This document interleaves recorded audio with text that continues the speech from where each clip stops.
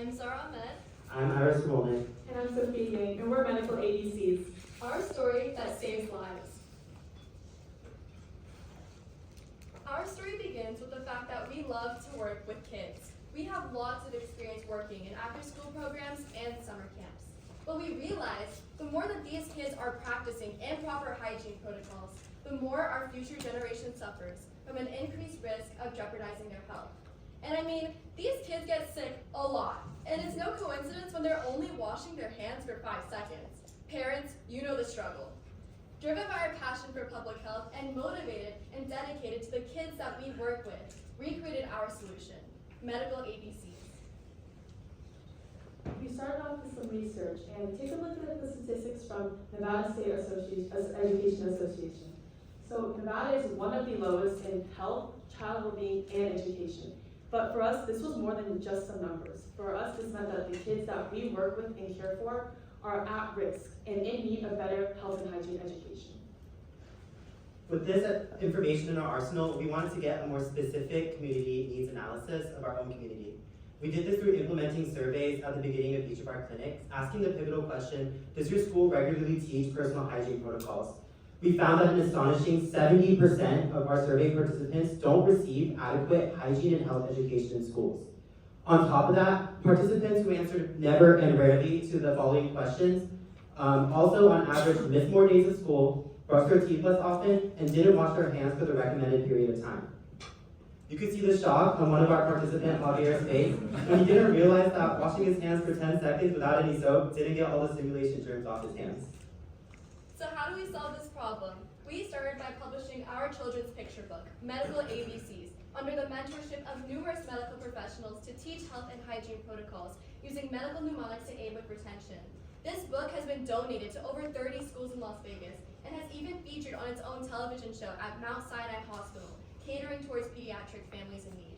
With this book, we use this as a guide for our hygiene clinics that consists of 3 main stations: hand washing, toothbrushing, and first aid.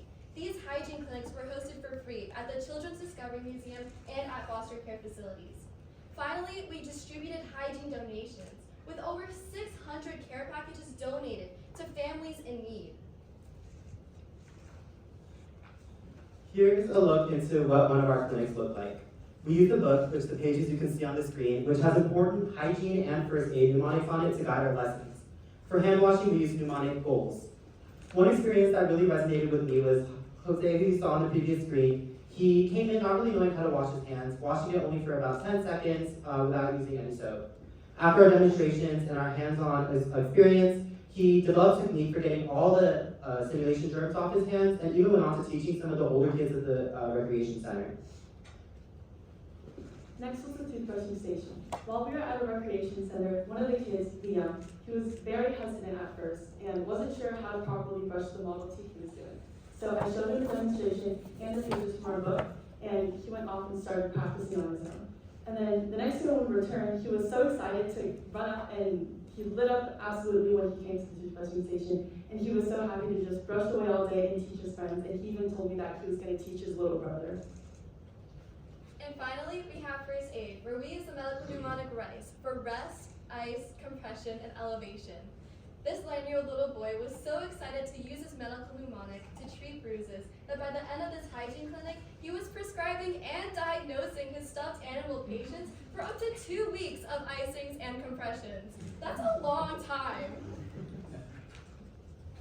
Our impact. We're so excited to discuss the huge impact we were able to have in our community this summer. We were directly able to impact 2,403 individuals through participation in our clinics, book donations, as well as hygiene care package donations. On top of that, we were able to indirectly impact almost 700,000 individuals through multiple instances of news and media coverage, as well as social media outreach.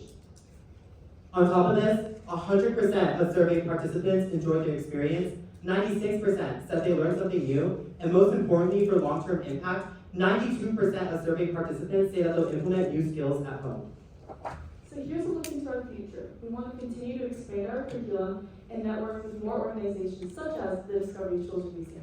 And as we were pre-existing 501c3 as well, we're hoping that that will aid in our outreach. Along with that, we'll continue to print and donate more books like we have with over 30 schools across the valley. And with those schools, we have also have events lined up, and we even want to work towards passing a bill that would require certain hygiene and health education. That is all the time we have for your presentation. Thank you.